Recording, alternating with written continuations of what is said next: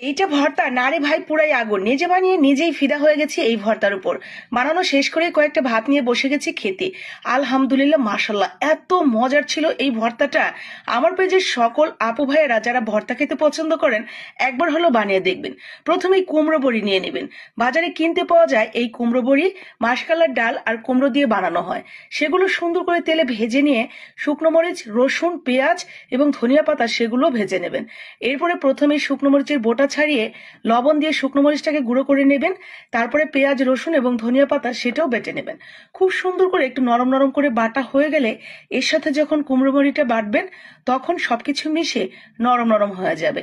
আর কুমড়ো বড়িটা খুব সুন্দর করে ফাইন করে ভাজবেন, যাতে বাটার সময় একদম মিহিভাবে গুঁড়া হয়ে যায়। এরপরে সবকিছু মিশিয়ে আবারও 2-3 বার বাটা দিয়ে নিলেই দারুণ একটা ভর্তা হয়ে যাবে। বাড়তে বাড়তে এর ঘ্রাণেই না আপনার ক্ষুধা বেড়ে যাবে অনেক গুণ। এত মজার এই ভর্তাটা, অন্য লেভেলের একটা ভর্তা। আমার তো বাড়তে বাড়তেই এত বেশি ভালো লাগছিল এর ঘ্রাণে, মানে আমি নিজেকে আর ধরেই রাখতে পারছিলাম না। কোনো রকমে বাটা শেষ করে অল্প একটু ভাত নিয়ে বসে গেছি খেতে। আলহামদুলিল্লাহ, মাশাল্লাহ। এই ভর্তার টেস্ট নিয়ে আমি আর কোনো কথাই বলছি না।